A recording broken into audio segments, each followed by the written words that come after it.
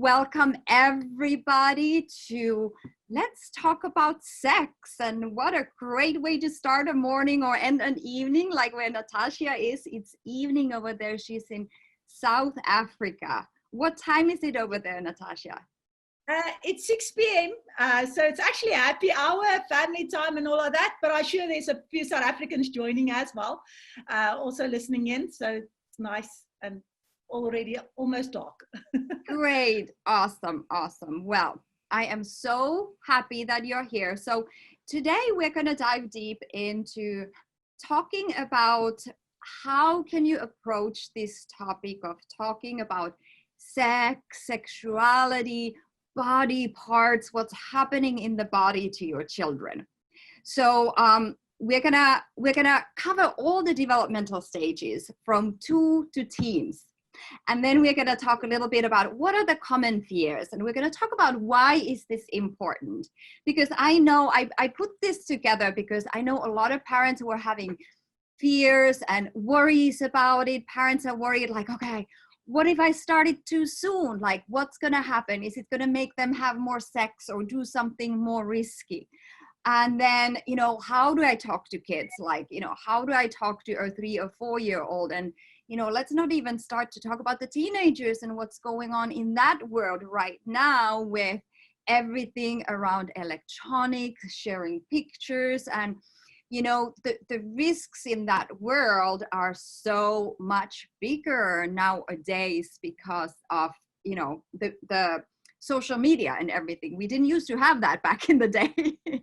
So it's very different. The other reasons why I wanted to put this together is that also to share about what's normal and what's not normal. Sometimes it's confusing for parents to figure out like, what is normal sexual experimentation, because we know that that is part of development as well. So we're going to dive into all that. Okay. So I would like to hear, where is everybody from? So we're going to use the chat for that. Please. Hi, Nicola from Auckland. So write your name, where are you from, and what inspired you to sign up for this webinar. So we can kind of keep an eye on the chat and make sure we get your questions answered.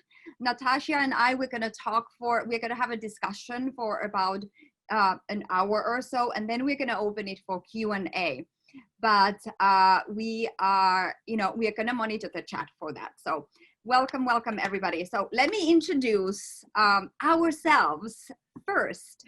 So I'm the host. My name is Paula Ketzula. I am a licensed clinical social worker here in beautiful San Diego, California. Unfortunately, we are having wildfires here right now, which is like, so we have smoke everywhere and it's just been really bad for California, but it is making the sunsets very beautiful. I have been working with families for the past 20 years, working closely with children, doing play therapy as a mental health professional, as well as working with parents. And that's because parenting is such an important job. And I am recently also moving into parent coaching. I am a transformational parent coach, and I am really excited to bring transformational parenting into the parenting world as a completely new, amazing strategy for parents to become inspirational, inspiring parent leaders. And I love to put together these shows as well.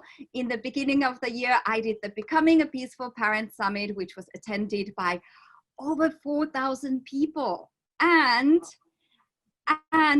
Dr. Danielle Siegel, Dr. Laura Markham, Rick Hansen, and I was just so blessed to be in the company of such giants in the parenting world, so influential people. And I am also so happy to have you, Natasha, here today. So welcome to the Let's Talk About Sex show, and you are the expert in this area, right? Thank you, Paula. Yes. I've been working also in the field for some time, 9 years already, probably by now. In South Africa, I'm a counselor and registered counselor, a pastoral counselor in South Africa, and I'm also doing the coaching. But my coaching side of the Let's Explain the Talk or sex came from the passion of working with families and seeing the hurts there, and saying, okay, there's a better way of doing it. Let's start a little bit earlier. Let's not just handle the challenges or when problems arise. So that's where my passion came out, from coaching parents specifically on the topic of sex. Yeah, Yes. because you saw the need for that. And so I gotta also say that Natasha, she's a keynote speaker. She is appearing as a guest on radios and TVs. And I really like what you say, that you are helping parents and people find the extraordinary in ordinary life. So I love that. So we can, really infuse that in our conversation as well. And Natasha is also a Live on Purpose coach, which is all about being super positive, finding your purpose, being positive, and how to create this incredible connection with your child. And, like Natasha said, she specializes in children, adolescents, teens, and really helping parents with, having these discussions and making the discussions around sex and sexuality something really positive and empowering, right? Because there's so many concerns around that. And you have teen and parent conflict resolution as well as one of your focuses as well, right? Yes.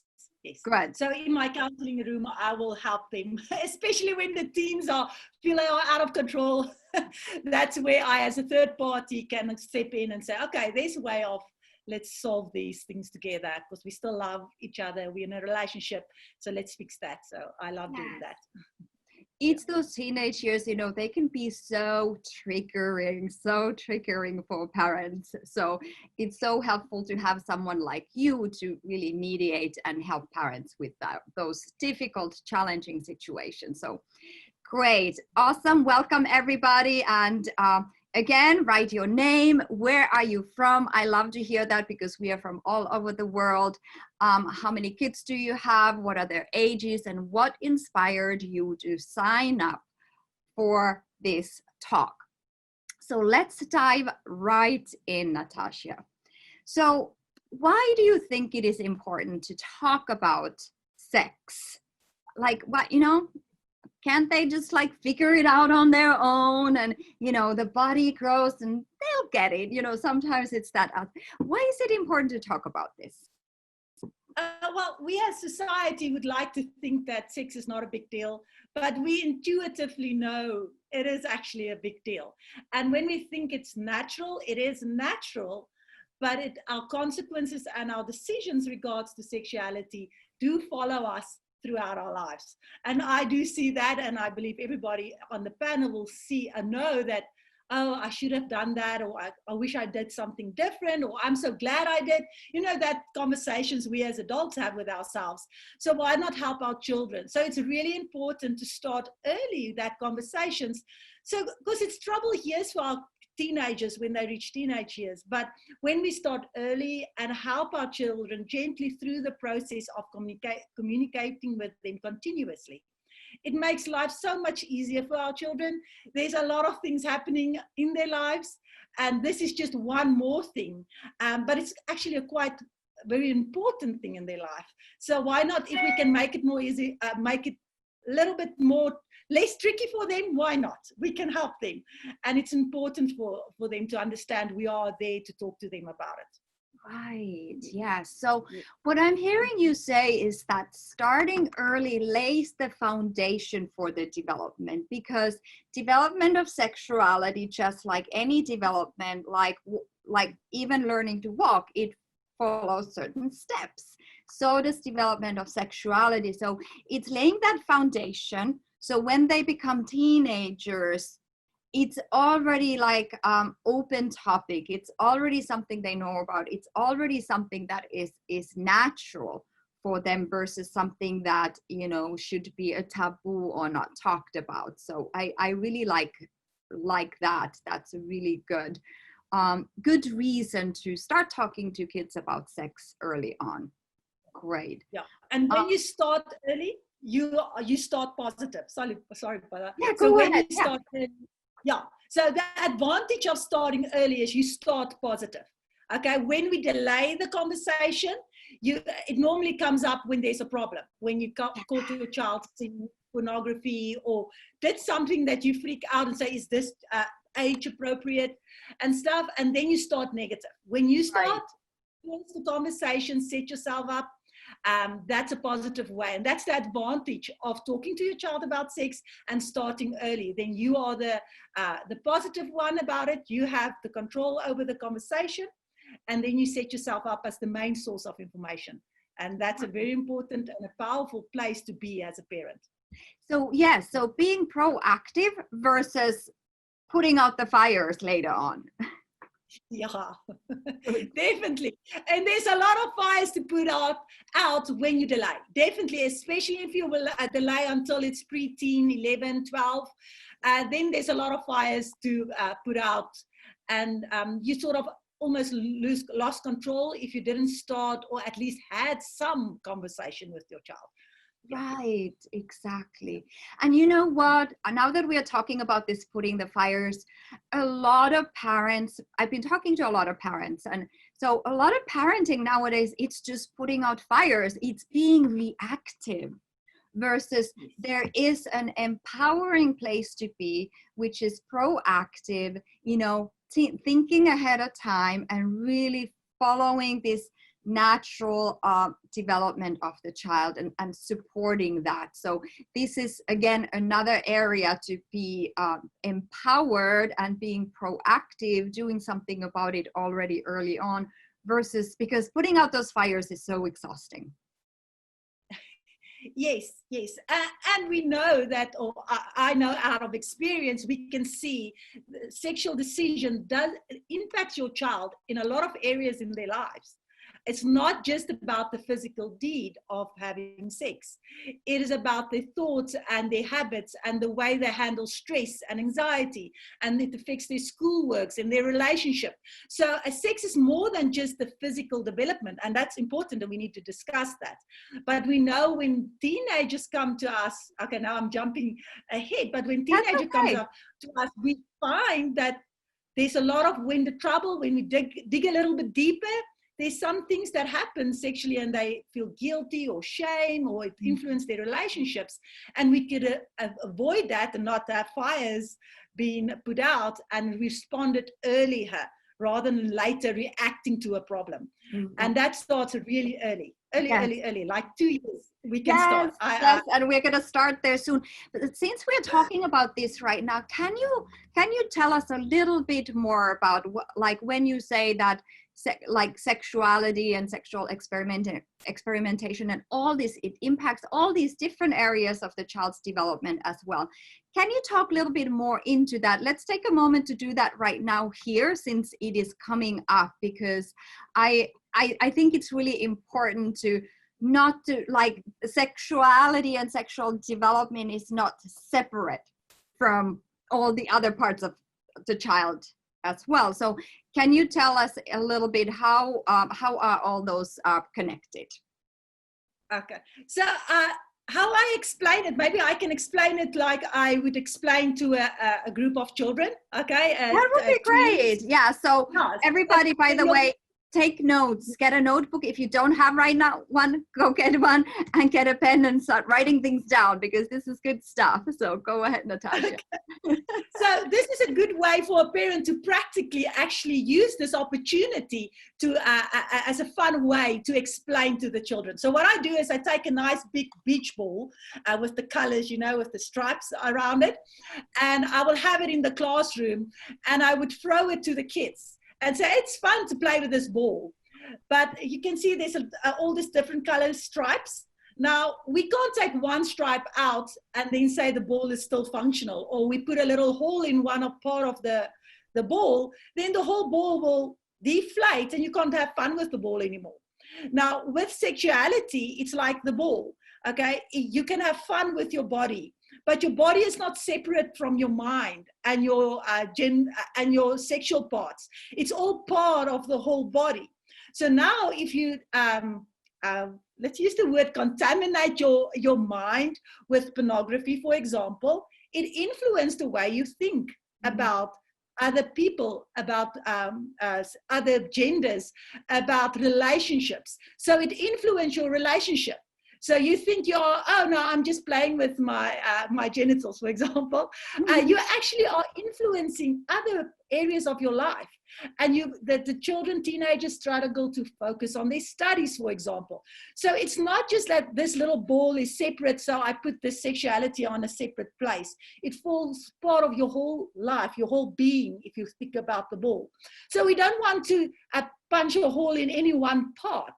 And sexuality can puncture a hole there and your ball will deflate, because then relationships, education, all those areas will also be influenced when your ball is deflating. So that's how I explain it to the kids. And it's really powerful, because it's a whole, they need to look at it as a whole, not just as one little side note in their life. Right, absolutely. And it gets to be as important as something like academics, because that academic cognitive development is part of it. Social emotional development is part of it. Self-esteem, all these things are part of it.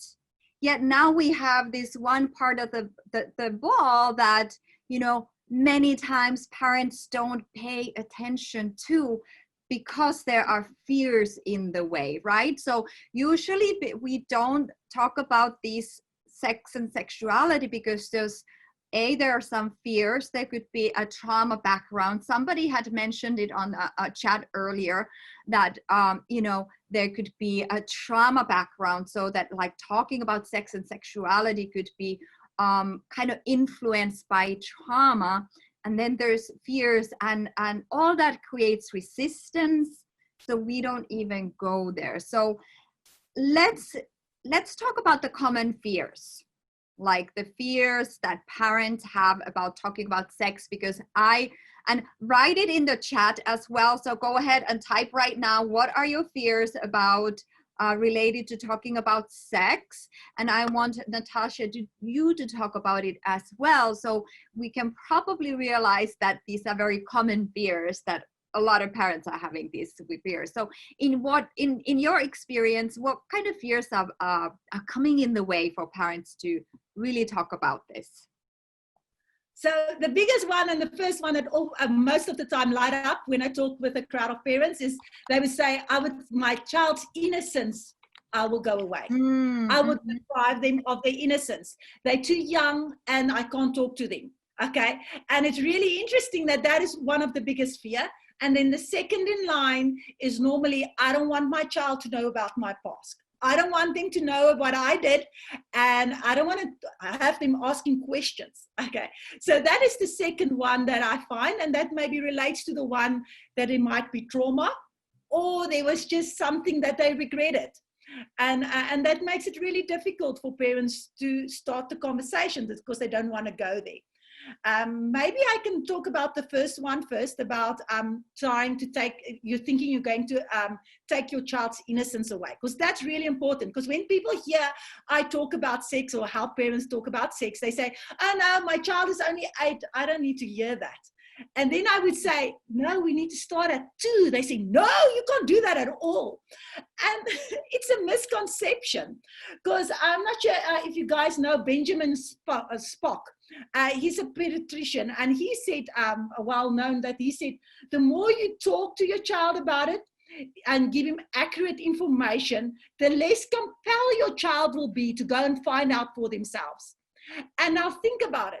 If you are talking straight out, honest, no strings attached, age-appropriate information, your child will know you are the source. You're not scared to bring up the topic, and you are not taking away their innocence by giving them that good information. But if they're going to Google it, surely, what information are they going to get? Then their innocence are definitely going to be robbed from them. Right. So that fear is a little bit misplaced. I find. Okay, so first of all, that fear is misplaced. And then when we say we start at the age 2, that is opening and being open to start the conversation. That's starting an open door. And at the stage 2, or age 2, the only thing that you are actually using is using the correct words for their parts. Mhm. That's actually starting the conversation, because you are comfortable using the correct words. All right. So that's starting it. I don't know how you feel about it. That's how I start. And then can I continue? I've got other things to say. Absolutely. Yeah, absolutely. And I am so aligned with that, because here's what I'm seeing. So I worked at a preschool, so I am also a Montessori trained teacher, little preschool of 3 to 6 year olds. And children started to have some sexualized behaviors that was kind of getting a little inappropriate. So it was a good opportunity for us to do a sex education class. So it was, that I had 24 children, 3 to 6, lined up, excited to talk to Miss Paula about body parts and sex. So we did little stick figures, and we talked about, they got to decorate those stick figures and put a little bikinis on, little shorts on, because we talked about, when we are in public, we cover the private parts. And then we gave names. That was the whole point of giving names, actual names, the scientific names for body parts. And the other thing that I want to say here as well is that, again, having worked with so many preschools, it is not unusual for children to start masturbating at that age already. So, and sometimes that can become a problem if it's happening a lot, in a preschool. So then those children really need support in that. And sometimes people are just kind of shocked, like, oh my gosh, like, what's wrong with my child? She's 3 years old and she is masturbating. This is not necessarily, any concerning behavior. This could be just a child exploring this. But again, we don't want that sense of shame to develop from that. And it is important for the parents also to, not to be embarrassed about talking about that. Because usually when people hear like, oh my gosh, 3-year-olds masturbating, like, what's going on with that? Oh my God, I gotta share a quick story here, because I totally embarrassed my friend. We were at a restaurant last week and I'm telling him about this event and I'm excited, and I'm telling him about this child development, and I get kind of loud and animated. So I ended up like loudly talking about preschoolers already masturbating, and he was like, Paula, you gotta stop, that's too much. But that is the general reaction to that, is like shock, when it's not, right? It's not. It's already starting at that age. So we get to support children in that. Yes, and shaming them and guilting them, that is not going to solve it. That is just saying to them, okay, this is something naughty, this is something bad, I'm not allowed to do it, so it's shameful, so go away. I must do it in private and go away. So I changed that from a negative to a positive by not using, and I challenge parents on this, not using the word private parts, but using the word special parts. Now, there's some purpose in that. Okay, so can I go there? I'll let me go there. I'd love to hear about that. That sounds great. Yes, because it's normal for a 3-year-old to touch himself or herself and just exploring a bit. And it actually feels nice for them. So in our minds as adults, we go into the picture of masturbating and all of that. For that child, it's just innocent body exploring. So it is not bad, okay? But like you said, if it continue and become a compulsion and stuff like that, that's where danger sets in, okay? And you normally can detect that, okay, there's something wrong. Then you can go and see a professional, a counselor or somebody. But when they're just innocently playing, you can just gently take their hands away and distract them with something else. Now, normally what happens is, when they're more 4 or 5 years old, as they start growing older, they use actually they would rub themselves as a form of getting release of some anxiety. Mhm. And that's also something that they learn to do, and they get into the habit of teaching themselves to relax by rubbing there. So it's more important for you not to say don't do that, or using negative connotations. It's distracting them and say, okay, let's go for a jog, or let's kick the ball, let's do something that gives you some stress relief, because there's better ways to give stress relief. So that's what I want to say about that. But I want to go back to the special parts. Why do we want to call it special parts and not private parts? Okay, so your body is specially created, and every part has a function. Now, your special part is there to keep safe for somebody one day when you are sexually ready for somebody. Now, if we use the word private, so I can maybe use a story here with one of a clients I've seen some years ago. And she came to me and said her 4-year-old said she's allowed to go and play there in her room because it's her private part. She's allowed to do the private thing. Now, she had some abuse and stuff that happened. So her mind, I must say, there was some things that went wrong there. But I told her, just use the word special rather than private, because private can have a connotation, say, do it on your own, I just don't want to see it, okay? And it's not for the world to see. But special makes it, I want to keep my body safe and special for one day that I'm going to marry and have that special relationship. So I want to keep it pure and special for somebody one day. And that completely changed the conversation. It's not just go away, it's private, we don't do that. It's more positive. So that's why I like using the word special. I love that. That I will definitely start using that. Yeah, I love that, because yeah, language is so important, because we communicate so much through that language. And it's like, yeah, special means like, yes, there's something so special, something almost like sacred about me, about my body, right? And you touched upon something. We have a question here in the chat, and I think it just kind of fits to what we are talking about. This is from Steve. Concern about fear of re-traumatizing sexually abused adopted daughter who is 14 and was sexually abused between 2 and 3. So how do you so when a child has experienced sexual trauma, like how do we change? Do parents change the conversation about sexuality? What are your recommendations for that? No, so a lot of parents tend to draw back and say, I don't want to re-traumatize. That's the go-to. And they're so scared of bringing up the conversation again.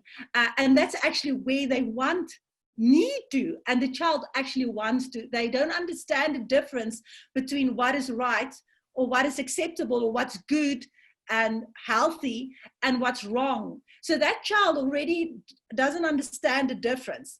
And not having a parent to talk to about this, or just a platform to talk about it, is really, really difficult for that child, especially when she's 14, because now she's struggling with new body changes and urges.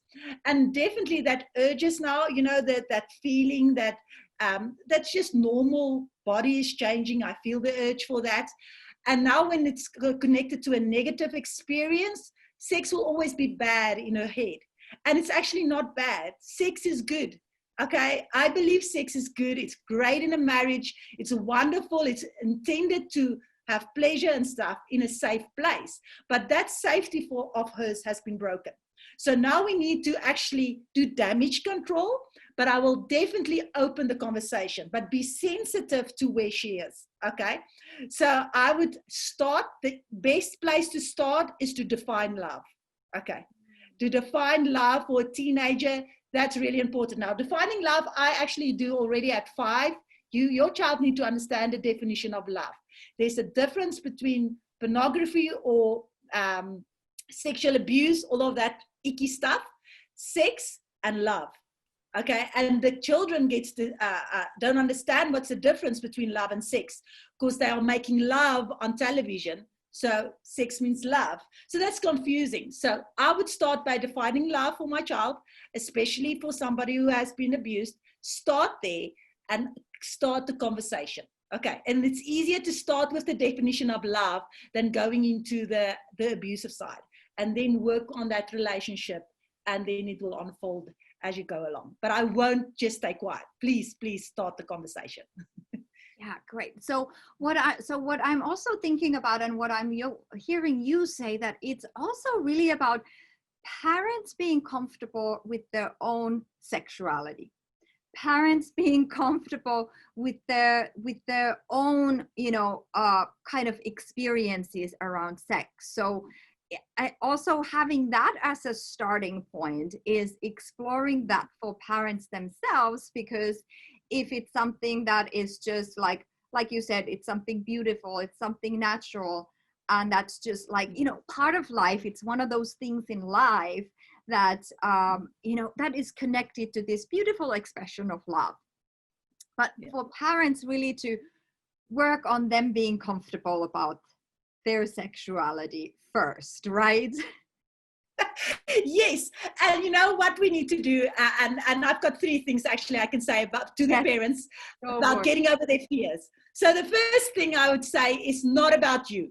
Okay, it's about your child and their future and their little play ball, their life, the ball of life. Okay, it's about having they enjoying life and to the fullest in all areas of life. And it's not about you. So take the focus off you and think about your child. It's about them. That takes a lot of anxiety away, okay? And it helps me because especially for anybody in the public eye, like doing public speaking, it's not about me, it's about the parents needing the help. So it's about your child needing your assistance. And maybe I can use one more story. I've got a lot of stories. Yes, but I've got this teenage stories. Boy. Go for it. This teenager boys, I work a lot with teenagers, and I've got this boy that sees me privately, and he comes actually to me for anxiety and stuff.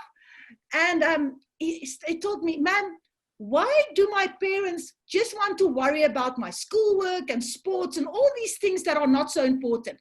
I want to ask them questions about porn and stuff, and I can't ask them." And it was amazing to hear it from a teenage boy. They want to ask questions. They don't even worry about you. They have questions, and he wants answers. And so it's not about you, not about us. It's about the kids, and they need help, and they want some help, and we need to be there for them. Yeah, and that's I see the role of the parent is to really teach children about this world, how does the world function, the body, the relationship. So this is just part of that. And I really love what you're saying, that it's not about you. And I want to add to that is that your discomfort of talking about it is worth everything that your child will get from this conversation, right? So, sometimes we don't realize that we are holding back this beautiful information and really support that children can receive and have around knowing more about sex and sexuality. So yeah, great. And I can add to that what you just said. I want to say that parents need to, that uncomfortability that you refer to, I want to say you need to pick your pain. Pick your pain. So if it's going to be painful maybe to have that conversation, but if you don't have that conversation, okay, or the continuous interaction, the pain of later will be much, much worse than the pain of a little bit of uncomfortability of using some words or starting the conversation. That's much more painful. And I've seen that in my counseling room where parents are crying and said, I should have. Yeah. And that pain is so much harder. So I want to say, pick your pain. And this pain is not that bad. And I must say, the children about at age 4, 5, they are curious, and they are actually, if you set yourself up positively from age 2, when they just start talking about using the right words, it's not that uncomfortable. And they want to ask. They are actually shocking you sometimes to say how the questions they come. And your reaction to that question is going to make all the difference when they grow older, because they are comfortable by saying, okay, no, mom's comfortable by this question. So you just act like, oh, that's a good question. Let's talk about that. Even if you feel like your heart is pounding and, okay, and you're frightened, but still, That's a good question. Let's talk about that. Where did you hear about that? What do you wonder about that? And start that conversation, because it will be easier for you as you go along. Because when they're 4, 5, it's much easier than 11, 12. Yes, exactly. Wow. This is so powerful. I love that pick your pain, because again, going back to our conversation that we started with, like putting those fires, like, okay, those are painful to put out as well, later on. And really, like you said, like it's part of life. And just, even if you feel like your heart is racing and it's super uncomfortable, just kind of pull it together and not making it any like big deal, so to speak. Great. So let me move along here a little bit. Good. We've talked about a lot of that stuff that I had on my list. So we've really been covering these early ages here. Anything else that we can expect from, like, what can we expect from 0 to 3? What's kind of normal? What's not normal? Kind of sexual experimentation or behavior. Like, when should parents start getting concerned? Okay. Like 0 so to from 3 age. 0 to 3, they are just naturally exploring. They would touch their and that's fine. Like we said just a little while ago, they might from 3 years old, 4-year-olds, they would start exploring play by maybe playing doctor, things like that.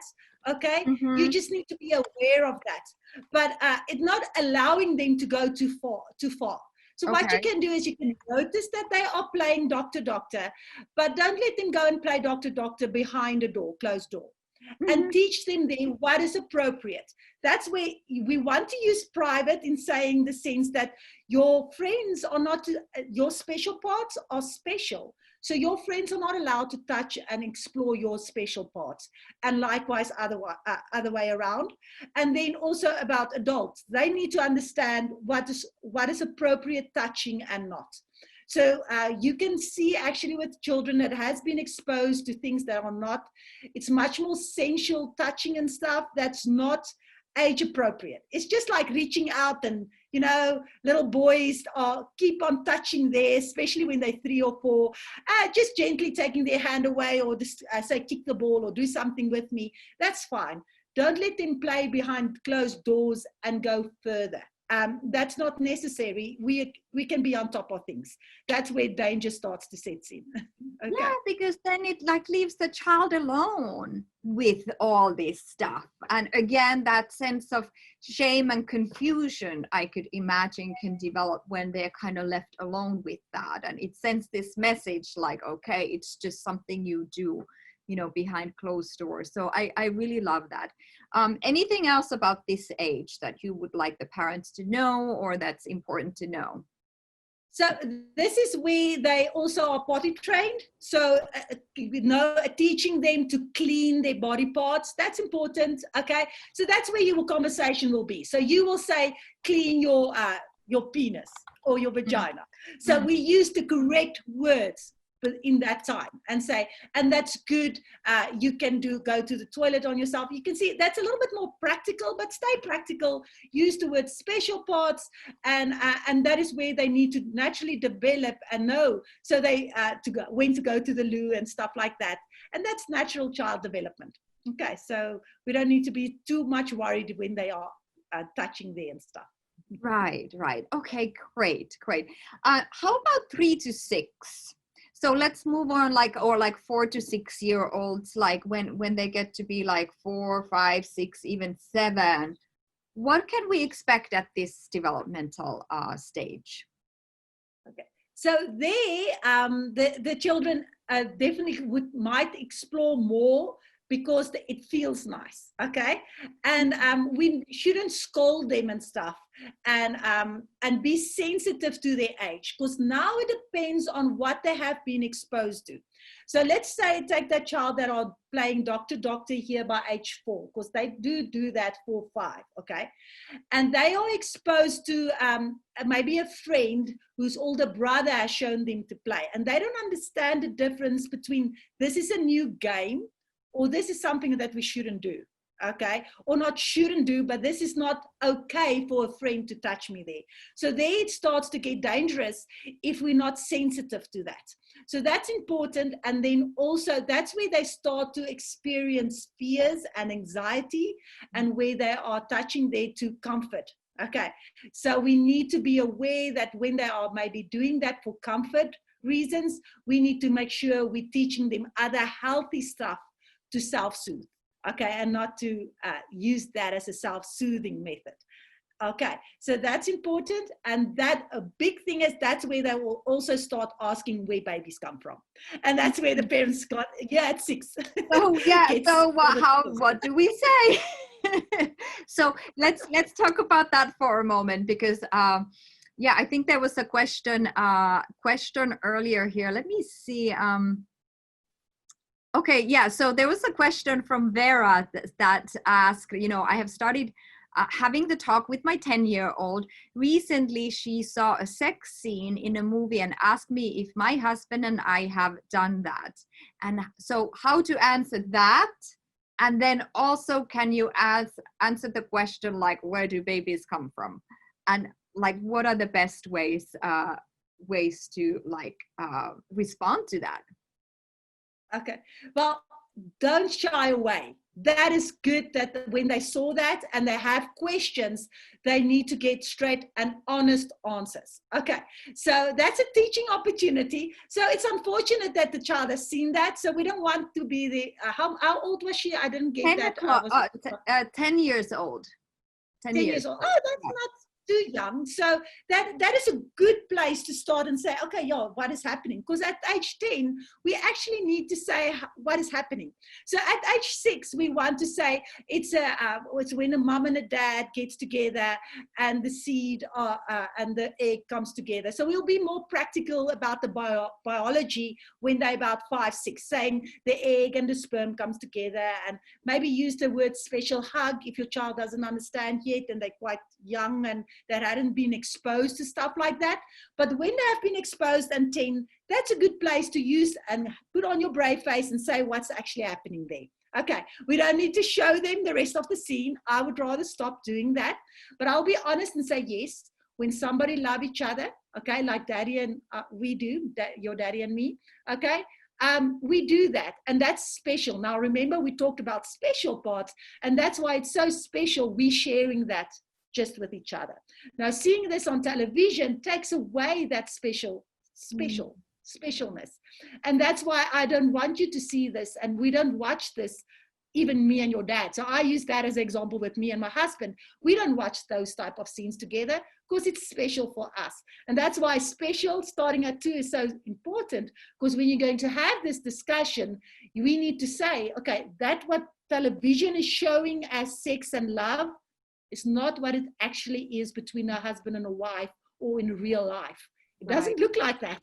Yes. Okay. So starting that, I wouldn't shy away. Please start talking, and just how to start the conversation. Say, what do you think about that? Let's talk about that. Maybe start first, hear what they saw and get into your child's mind first before just answering. Because maybe we want to answer all these. Our brain is going 100 miles a minute to say, damage control. Just calm down and ask your child, what do you think of what you just saw? And then go from there. That's a good place to start. Right. And making it a conversation versus a lecture. So there's a big difference, these things are not about just lecturing about this and that, but really engaging the child. And that's a really great starting point, is just, let's be curious together and, get the child's ideas first and where they are at, meet them where they are at, and then you can fill in the gaps and give them that accurate information about that. And I love it that all this is always connected to love. And like you are saying, now it becomes really important that you've done the foundational work already at the earlier years. That's great. So I've got actually a client that I dealt with. It was a boy. He was about 8, and he didn't even see a sex scene. He just saw French kissing, like a hot scene, but they weren't naked or anything. And he didn't ask his parents. He was 8. Now, he reached me by the time he was 16. And actually, what was scary about that, he said he didn't know what to do and who to ask. So he went and searched kissing, and then it went further and further. So by the time he came and see me at 16, he was watching porn from 8. Okay. And that's scary for that child. So so just ignoring it, it's a lot more damaging. So they did see it, acknowledge it. And if that boy could have asked their parents, Mom, I saw this, why? I didn't see anybody kiss like that yet. Or I noticed you and Daddy kiss like that, but you don't kiss like that when you kiss Grandma. That's good questions to start at an 8-year-old. To say, can you see the difference? That's not the same kissing. Why is it not the same? Because there's a difference in falling in love and a romantic love and just loving each other. So that's why love needs to be defined.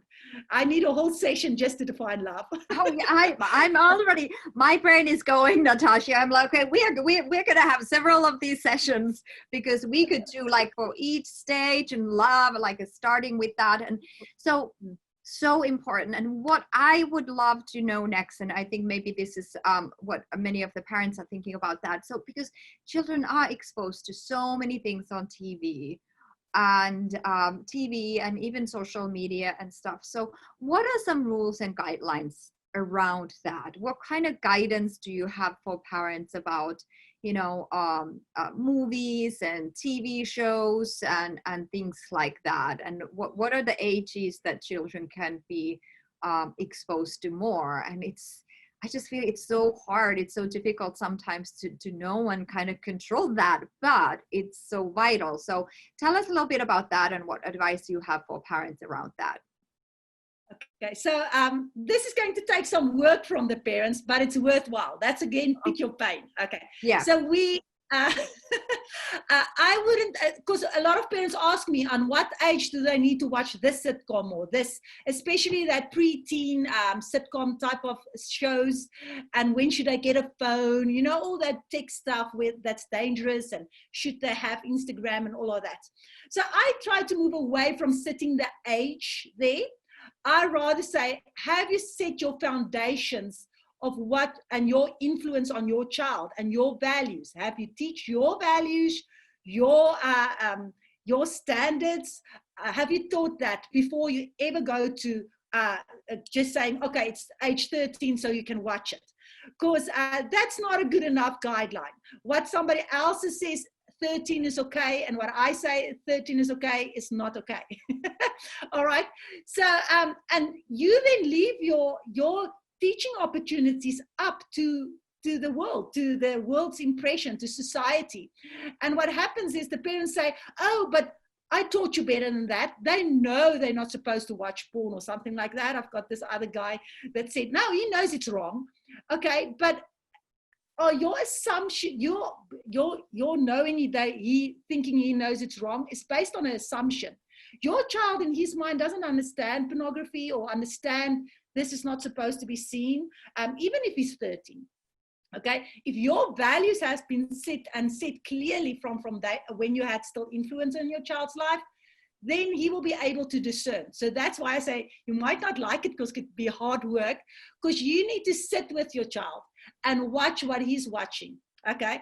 And one of my earliest videos that I teach parents when I do my coaching work is I show a video of Wreck-It Ralph, where they just stand in a circle, and it's nothing to do with sex, but I use that as a teaching opportunity. It's a cartoon where we pause and say, what do you think about that? So we play Spot the Lie. I do that with my kids, and I love teaching parents spot the lie. So you can write that down, playing Spot the Lie. So when you watch a movie with your kids and there's something that's just not like a child lied to the parents or something, stop and say, spot the lie. So that's where you teach your child to discern between what is real in the world and what not. What is happening on the screen is not real, really in the reality, not like that. And that's beautiful when you set yourself up early. So when they're seeing a sex scene, after a sex scene, there's no pregnancy or STD or anything like that when it's a romantic movie. So spot the lie. Okay, so there's a lot of lies to spot. And I rather sit with my child and watch that and use that teaching opportunity than just saying, okay, it's age 13, you're 13, you go and watch it. Maybe I didn't answer your question the way you wanted to, but that is the way we need to approach it. We can't just use the social guidelines or what is good for your child.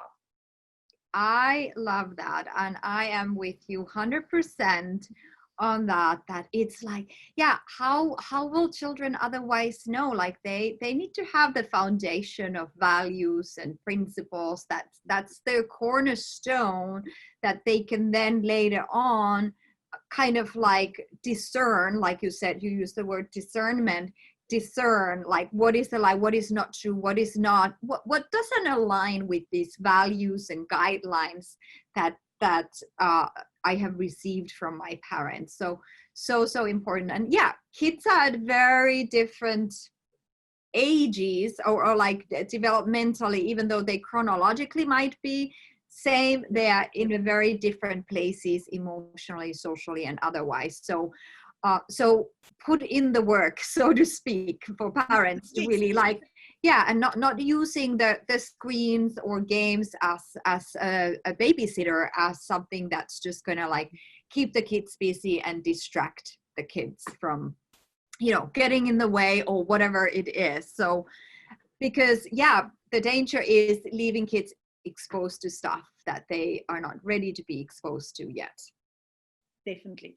And there's a lot of impressions or social ideas that you might not agree on. We can go for hours and talking about the social standards out there, but it's not about the social standards. Why do you want to talk to your child about sex? Because it's about your child and your standards and your values. And if you want to have more power than the society out there over your child's experience about sex, you need to be actively involved. And that's our part. Yep, you pour your values onto your child and not assume, like you said, you gave that example, and not just assume that they should know. Yeah, they don't unless they've been taught, and unless they've been, internalized and almost like, given them the script of what are these values that you want your child to have. Great. Let's move right along. How about that age from like 7, 8, 9, 10, 12, like the before teenage years? So what's happening in grade those 4 years? Okay, so the grade 4. So today's day and age, the children are actually developing quite a lot earlier. So we think that, and that's just like preteens. And that's where a lot of them are already starting to, especially girls, they started developing breast and actually pelvic hairs and stuff. And we think that, oh, they're not 13 yet, or they're not teenagers yet, so we don't need to have that talk about menstruation and stuff like that. At 9, 10, you need to start talking about that, because it's not about if your child is showing development, it's actually their friends are already showing development. So now you need to start those type of conversations. Say, maybe your body parts is not changing, but you need to expect some changes is going to occur now. So, and your friends might know some things. And what's important here is now they are influenced by their friends and they talk. You're not with them all the time. So your best influence teaching opportunities is from 0 to 7. From 8, they're a little bit out of your hands now. So you needed to set your standards there, or your values and your influence and your talks and all of that things that you want to lay down. You need to have it there, because now they need to know that I can go and ask my mom about menstruation, for example. But if there's not an open door for you to come and ask your child to come and ask you, they might ask friends. And friends think they know, but they don't know. And they give each other bad advice, or they give them gruesome details. And that's where danger starts to happen. Because now, oh, my friend said this, and now I'm going Googling that. Mm-hmm. And that 9 is a real dangerous age. 8, 9, you need to know that you have started to say, this is an open door. I'm not scared. I use these words. You can come and talk to me. And mm-hmm. take that fear away and use those difficult words and say, do you want to talk about that? Yeah. Right. Right. And how about, I mean, would you recommend like even make it a regular thing? So it's like something to kind of check in on with the child, like, so that it's not just when things come up, but also like with intention, with mindfulness, setting up these times to talk about this stuff. Yes, on purpose conversations. Now, On you purpose, set yourself up. Yes, you set yourself up. I love that. So I call that shoulder to shoulder conversation. Okay, that's one of my best tips. I love this tip. So what you do is you make sure you go and have walks or drives or something that is shoulder to shoulder. That means you are doing an activity together. You're not eyeball to eyeball. That helps to take the pressure off from the parent, and it's not so awkward for both of you. So you set yourself up and to have walks together, and then you just start with an interesting statement or a question, okay? And then you open up that conversation, and to make sure you have the opportunity created for your kids to talk to you. So how I did it with especially with my son and daughter when they were at nine-ish, that age, okay? We would go to activity and we drop off one, and when I'm driving to the other one and the one is alone with me, we're both looking at the road. So, and then we can start uncomfortable conversations. And that's actually the point where I actually spoken to my son about ejaculation and wet dreams. He asked me straight out, and we were watching the road and he was asking and thinking about it. And it was actually a comfortable conversation. So I set myself up so that he has the opportunity to talk to me. And so there's a regular time in the weeks. Sometimes we just talk about anything. But sometimes he wants to talk about girls and want to talk about weird things happening to him. And that's good. That's good. We want to set that up, create those opportunities for yourself. I love that. Yeah, I love that idea of shoulder to shoulder, because it's like, yeah, you're just driving or you're walking and you're just chatting, and not a big deal, right? It's not a big deal. It's more comfortable that way. Comfortable. Great. And yes, making this intentional, making them on purpose, like you said, and having that like really inviting for the child, so that you are the first person they come to with these questions, with concerns, with confusion, whatever is going on. Great. Yeah. So let's use that other example. So when you're in the car with somebody and your child saw that sex scene and you're still a little bit worried about that, in the car while you're driving, you say, you know what, I was thinking about that scene we saw that other day. Let's talk a little bit about that, and just start like that. You will maybe caught your child off guard, but give him a minute to think, and they might answer. Don't be too fast to speak. Quiet a little bit down and let your child speak first, or just answer first before you start. And don't preach, teach. Okay, don't preach. Have a conversation. Don't preach, and make sure that they do anything. Get to your child's heart and listen to what he's saying and thinking. Right. Okay. So that is the important. Yeah, that is so important, because oftentimes parents do feel like, I need to preach. I need to make sure they get this. But people are not going to get anything unless they feel connected and unless they feel listened to first. So kids need to feel comfortable and feel listened to first. And then just, going for it, just going for it. That's great. Yeah, you need, and then you need to sometimes. Sorry, can I almost interrupted you? Oh yes, you go. Sometimes your children will not bring it up. So sometimes I had found parents who say, "Oh, don't worry, my children doesn't have any questions yet." If they are 9, 10, okay, that crucial age, they didn't really bring up the conversation. You must bring it up, okay? You need to say, well, you're getting older now. We need to start talking about this. Now, I don't want you to be there already. I want you to start from age 2. But if you're there now and you said, oh, I shouldn't have, don't beat yourself up about it. Just say, okay, start today. Start now. Start saying, let's talk about this. You're getting older now. Or I was a little bit shy in the past, but I want to be part of this journey of you. Let's start talking about it. Just be brave enough to start the conversation. I love that message. And I wrote it in the chat too. Like, yeah, even if you haven't laid the foundation yet, like start now, like today, after our call today, come up with the plan, be intentional, get yourself in a state of mind where you can do that. And like Natasha said, no reason to feel guilt or shame or blaming yourself for not starting this, because again, I think a lot of this information for parents is like, oh, I didn't know that, because again, information is powerful, and today's conversation is so powerful because we are really discovering how important it is to start early.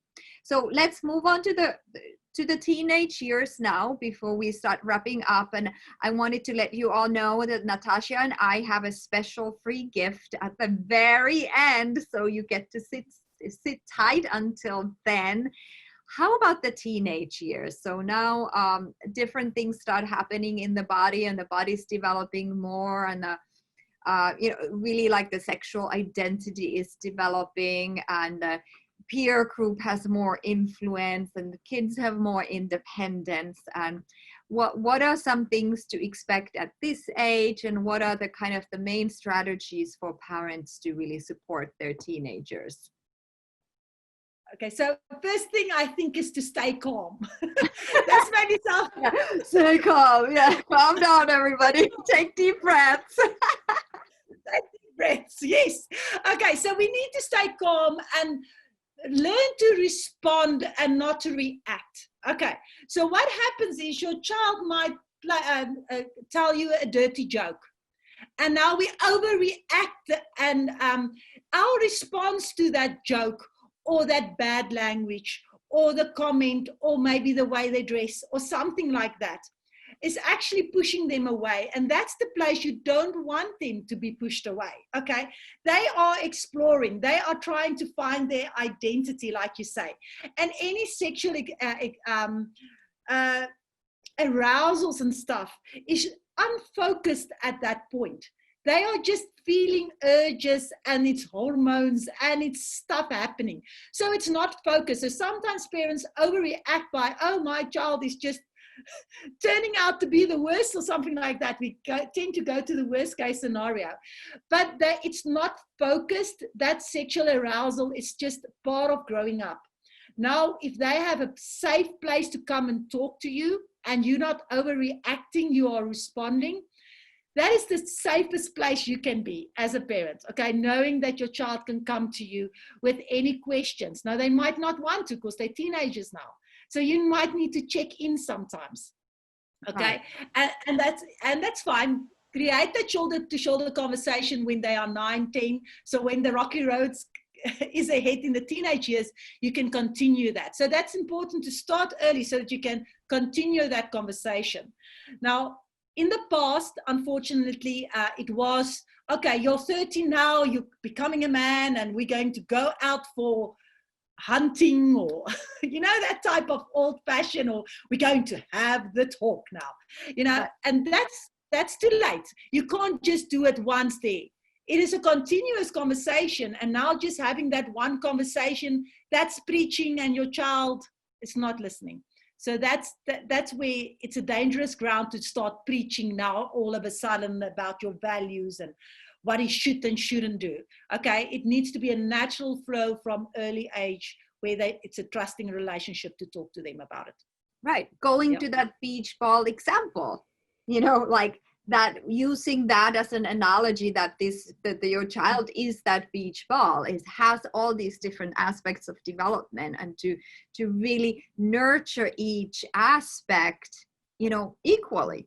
Just like we teach kids, we're very big on brush your teeth, comb your hair, take a bath, all these things. Like, it's like, that's how important this talk about sexuality gets to be as well. Just like we are teaching children to take care of their hygiene, what good food to eat, it's part of it, just natural part of it.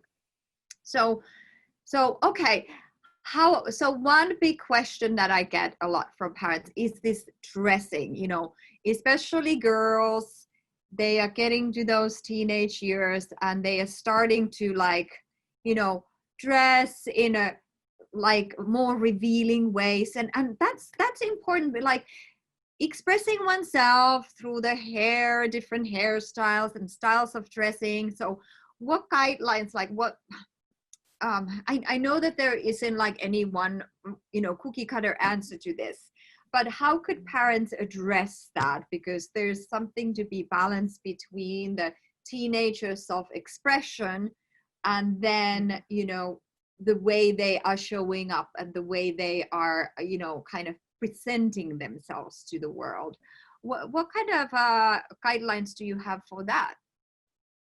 Okay, so when it comes to dressing up, I actually do a game with the teenagers when I've got photos of a girl dressed provocatively and then a little bit more, you know, looking like nobody wants her and stuff like that. And how I get the conversation started with the kids, I show the video and then I ask them, what do you think about that? Just ask your child. Don't preach and say, oh, you're not going out like that. What message are you sending by looking like that? Okay, and how you look like as a girl determines what you're going to catch. It's like fishing. So I use the analogy of fishing.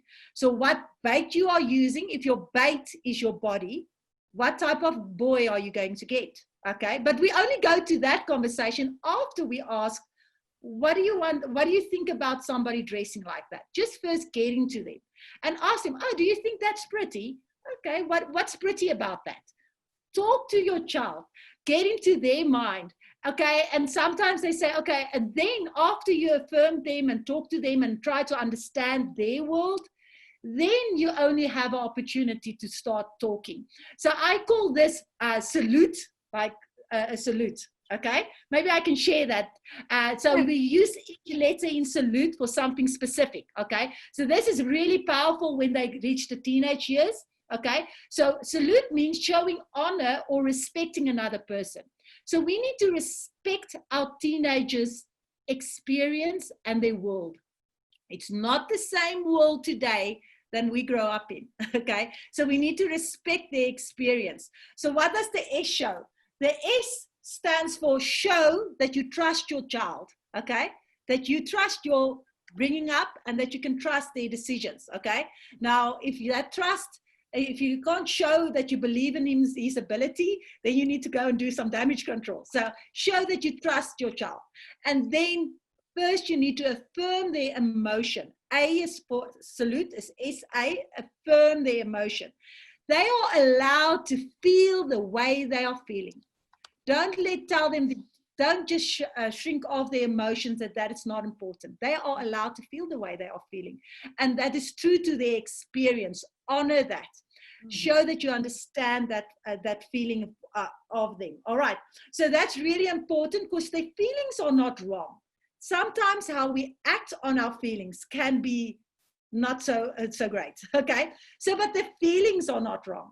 So show them that you'll listen to their, affirm their feelings. Then listen. L is for listen. So never ask why. Never ask why. Just that's the go-to. Don't ask your teenager why. You're going to aggravate him. Why is always a judgmental question. So don't ask why. Okay. So listen by asking, making open statements, saying, that's interesting. Tell me more. What do you think about that? It sounds like that is a struggle for teenage boys or girls or whatever. Can you see? You can listen by not talking. You mustn't talk. You must listen and don't ask why. The U stands for understand. Okay. Listen to understand. Don't listen to respond. So they would make a statement and say, oh no, but that's not right. That's not good. Why did they do that? You know, we overreact. Listen to understand. That's the L. Then only after you've done all of that up to you, then you're only allowed to teach. That's the T. So when you only use the teaching opportunity, okay, after you listen to your teenager. Okay, so that's really important. Okay, and then after all, the E is to empathize, to show empathy towards their experience, and that's a natural outflow. If you use all the letters in salute, then you will get to there. And that's how you interact with your teenager and show honor to their experience. So whatever they are dressed like, we need to honor them and go through that. And then you will understand maybe why they are dressed like that or whatever they did that's concerning for you. Beautiful. I love that. And I'm like, it's like you are speaking the same language that I do. I talk to parents a lot about this, really going into the child's experience, empathizing, listening to understand. I talk about seek to understand first before to be understood. It's kind of like, if you want to be understood, if you want to teach, then understand them first. So make sure, I wrote it in the chat, all these different, it's an easy acronym to remember. Salute. S is show that you trust your child. A is affirm their emotion. L, listen, you understand. T is teach, only after you listen. And E is empathize. Great. Yes. Really powerful stuff. Great. And that in and of itself is a great tool, definitely for teenagers, but also any age. This is the approach that we want parents to take at any age, to really starting with the listening, starting with connecting, and starting with really, really, truly seeking to understand the child. Great. Yeah. Excellent. Now, what I also like, I say, connect before you correct. That's also a nice thing to remember. Mm-hmm. Before you correct. I don't know who said that before, but I like that. I heard that before. Yeah, I think Dr. Laura Markham talks about that. And yes. Yeah. What does she says, I can't remember the saying, but it's exactly like that, making those connections first. And really the idea that I talk a lot about this is emotional bank account.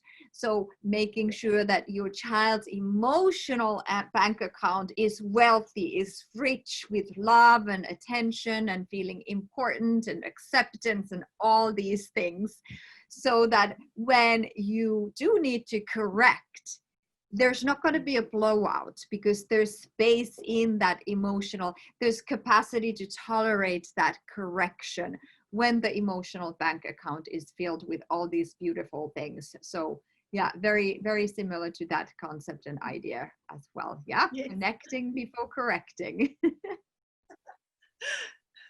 Great. So also what's important at the teenage years that I just thought about is also, this is where they are overwhelmed with their feelings. So we need to understand that they are overwhelmed, but it's fine that they are feeling that. We affirm their emotion, but this is a place when you're going to correct, okay, after you affirmed, when you're going to teach, we shouldn't forget about the teaching opportunity. We need to teach our girls, especially when it's in their cycle, to handle those overwhelming emotions. Because we don't want girls that are in a marriage one day and they're freaking their husbands out once a month and nobody can live with them. See that time of their lives as a great opportunity to teach them, okay, when you feel like that, you will be a little bit irritated, you will be overwhelmed. What do you need to help you calm down, help you to feel a little bit better? Use that as a teaching opportunity to show your daughter to handle stress in that time of month. So don't just say, okay, you're feeling overwhelmed and you're just cranky, go to your room. Don't do that. Allow them their feelings, but don't allow the overreaction. The actions, we can gently guide them and teach them what's the best way to handle these feelings. That's a very important part of parenting at teenage years.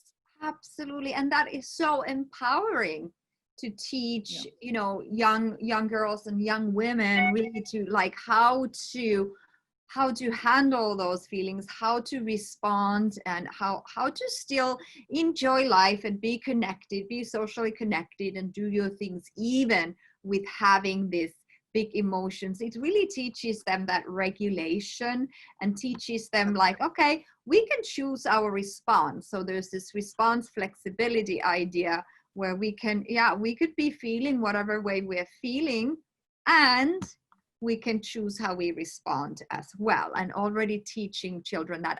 And for, I'm big on this, so also parents modeling that to their children as well, choosing to respond instead of react. Yeah, Great. Definitely. This is so great. You know, we have so many things to talk about, but we're going to start wrapping up here. Thank you so much. And now would be a good opportunity. We're just going to take a few more minutes for questions. And after the questions, Natasha and we will share our free gifts to all the listeners who stay tuned, so that you can have continued support and guidance in this. So now would be a good time to type any questions you have. Type it in the chat rather than the Q&A. Okay, I do see one in the Q&A, but it's just easier for me to see it in the chat. So I have a question here from Michael. So she says, I found out my younger brother is gay and my husband is bisexual last year after many years. When do you talk about sexuality, like sexual identity to your child? My brother is a great uncle. So when would you start that kind of conversation about like sexual identity and sexual identity development, and that there's all these different kinds of ways that people experience themselves? So when a child starts their idea start noticing the difference between male and female when they're about 4, round about there, you know, when they start asking where you're going to name the parts, okay? So that's maybe where it starts, but with the understanding of bisexual and all of that, that is a sensitive topic that you need to handle with respect to the other person's experience, and don't need to feel force any identity on your children. So there's a difference between showing interest, experimenting, and then having an orientation towards something, okay? So don't be so fast to label your child, okay? So when maybe they are exposed to a family member that has taken some orientation, that's a good place to start talking about that. Okay, I get a lot of that conversation of questions about that. So it's good to start the conversation, but not condemning the ideas or anything of anybody else or showing fingers, but say, let's talk about that. Okay, because your child might have worries about that. Because even though we are quite open in today's society about different identities of sexuality, there is still a lot of bullying and stuff happening in school if a child seems to be different. So if they are not, don't have a safe place to talk about that, it's really can concern them a lot, and they are stressed and anxious about that. So especially if they see an uncle or a brother or some family member. So I think, again, it's not about you and about the family member. It's about your child being safe and be able to come and talk and ask questions. What does that mean? What did that do? And even if you don't have the answers, because there's quite a lot of different options out there, if you don't have the answer, be okay with not knowing. Okay, that's maybe a good thing to tell parents. Be okay with not knowing. Say, okay, that's an interesting question. Let's do a little bit of research. I'll go and find out, and then we can sit together and I'll answer you. That's okay. You can do that. We're not all perfect. We don't know everything. And then maybe get in contact with a professional if you want professional advice, or just if you want to know what that terms mean, go and Google it quickly, but just be careful what you Google, or just, get some professional advice, and then answer your child and say, I remembered you asked me that. Let's go back to that conversation. It is a difficult topic, but don't shy away from it. We are brave parents. Don't shy away. It's about your child, not about us. Right. That's great. Like, that's one of the main messages today is like, yeah, don't shy away from these conversations, and just start having them early on, and then starting with the listening. So there's one more question from Lola. When having the pregnancy talk with my son, should I just ask about the egg and sperm, or penis and vagina? How, Lola, how old is your son? Did you say that somewhere earlier? So I guess Lola is wanting to know a little bit more detail. 8 years old. Okay. So start with seeing what your child knows. Okay, so first we gently move. It's a continuous conversation, so we just can't jump in and say where the body parts go. Okay, first see what your son understands. So I would start 6 to 8, just for saying the sperm goes to the egg. Okay, and then I'm saying. Later on, as they understand that, they would ask, some of them are quite clever, they would say, now how does the sperm from the man comes to the egg? And that's when they ask that, be brave enough to give the straight answer. So, but first, just be gentle with it. Don't just jump in and give it. First ask when they understand, where's the sperm coming from? Where does the egg come from? Talking about the egg is safe deep inside of the mummy, it's in the uterus. Understanding, because they're going to put one and one together, say, oh, it's inside the mum, so how does it get there? And allow your child to work through those information. That's why you can't just do it once. You don't teach your son multiplication math just once. It's complicated. Their brain don't understand these things that you are saying. So in their little mind, if they are still innocent and haven't seen anything yet, they don't understand how it goes. So be gently first, okay, and then move forward. So how I set myself up, or I help parents set themselves up for future conversations, especially with an 8-year-old if he doesn't know anything. Start with that, and then you say, okay, now remember, you were taught the ABCs. First, you couldn't read, you were just taught the ABCs. And then you learned how to do spelling, like cat, act. That was the second part. And then you start learning the sentences. Now, these things are almost the same. We can't just give you everything. So it's not that I'm lying or anything, because a lot of parents say, no, I'm lying to my child. You're not lying to your child. They are not mature enough to take all this information in. Okay, so tell him, okay, so now you learn today the sperm goes with the egg. Okay, now as you grow older, and if you have any questions and wondering, we're going to have another conversation, but do you have any questions? If you have, answer him. But then set yourself up to say, okay, now we're going to learn a little bit more, so that you can say, okay, now you have the whole picture by the time they are 10 or 11. So set yourself up for future conversations. Don't feel that you just need to have this one conversation and you blew it because you didn't give everything or you gave too much. Okay. Great. Thank you so much. Like, I love it how this is like so practical. You're really giving like this practical advice, and it's you're scaffolding. Like we get to scaffold children in this knowledge, and really building up on whatever we have been teaching them previously. So that's all the time we have today. So I know that there could be, thank you, Michael. In the chat, I would love to hear, as we are talking about the free gifts next, what are your biggest takeaways? So write in the chat, what are your biggest takeaway from today's powerful conversation about how to talk to kids about sex and sexuality, how to do it in a positive, constructive manner. That really, you can do this in a way that really nurtures the relationship and makes the relationship even stronger. Oh, Nicola said shoulder to shoulder conversations. Yeah, I love that too. You have so many great ideas. And the salute was so helpful too. So Natasha, can you talk to us about what is your free gift? I understand you have a course that parents can sign up for. I'm going to drop the link in the chat. Can you tell us a little bit about that course?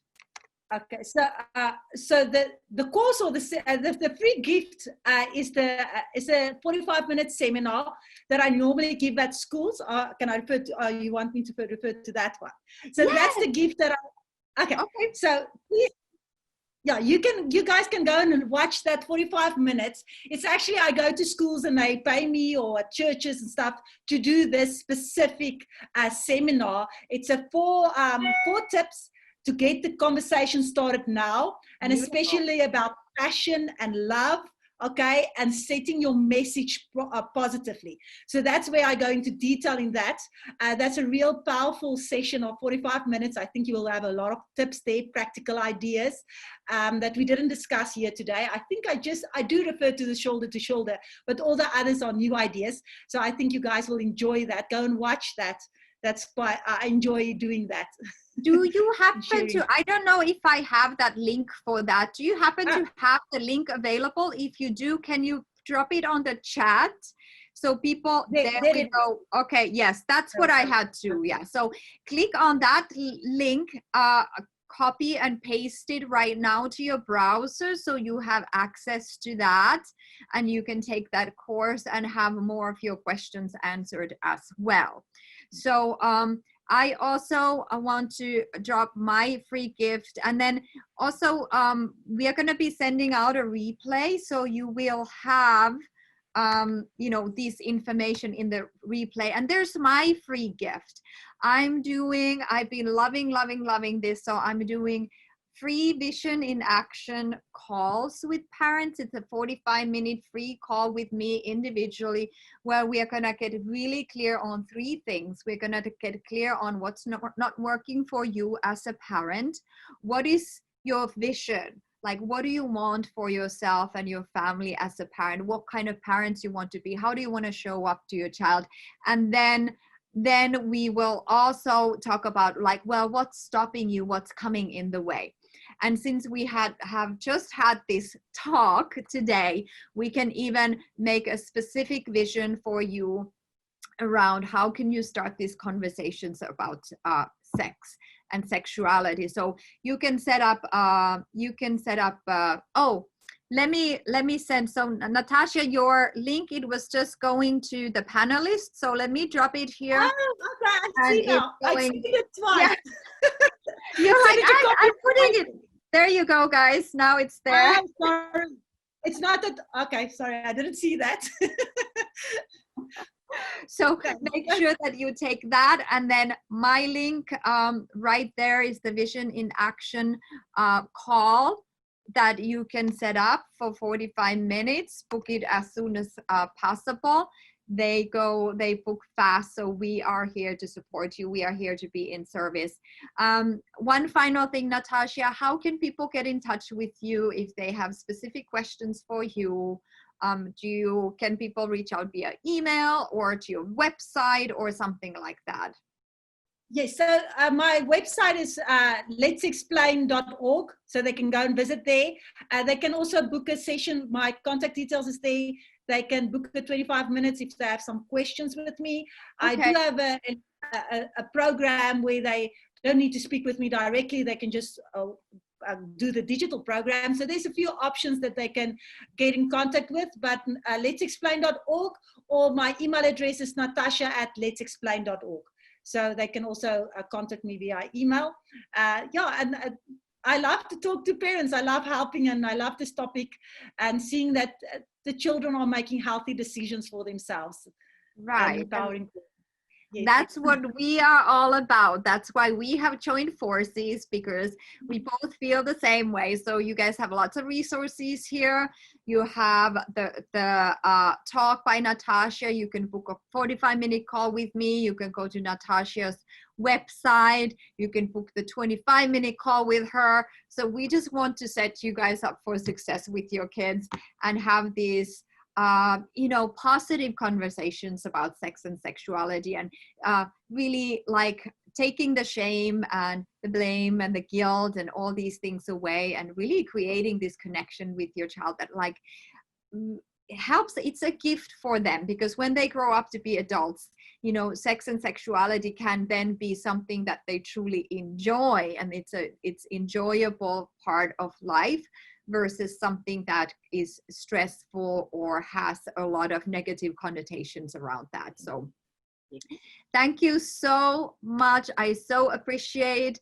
Thank you for your time and all your wisdom. This was so wonderful and so practical, and I really appreciate your participation in this. Thank you for your invitation, and I loved talking to you. It was fun. Thanks so It much. was fun. Maybe we'll do it again. We'll figure out something else again. So, and yeah, give us feedback too. Like, feel free to email me or email Natasha and like just let us know what you need, and we can just set up some other kind of talks around this topic as well. Yes. So yes. That's all for today. I hope you all have a wonderful rest of the day wherever you are in the world. And thank you for participating. Thank Bye you, now. Paula.